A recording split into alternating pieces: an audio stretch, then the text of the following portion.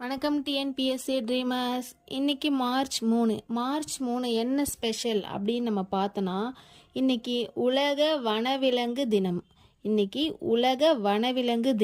இதை எப்போ அனுசரிச்சாங்க அப்படின்னு பார்த்தீங்கன்னா 2013 டிசம்பர் 20 ஐக்கிய நாடுகள் சபையில் பார்த்தீங்கன்னா 68வது அமர்வில் உலகத்தில் இருக்க காட்டு விலங்குகள், தாவரங்கள், அதெல்லாம் பாதுகாக்கணுன்ற ஒரு விழிப்புணர்வுக்காக இதை அமல்படுத்தினாங்க.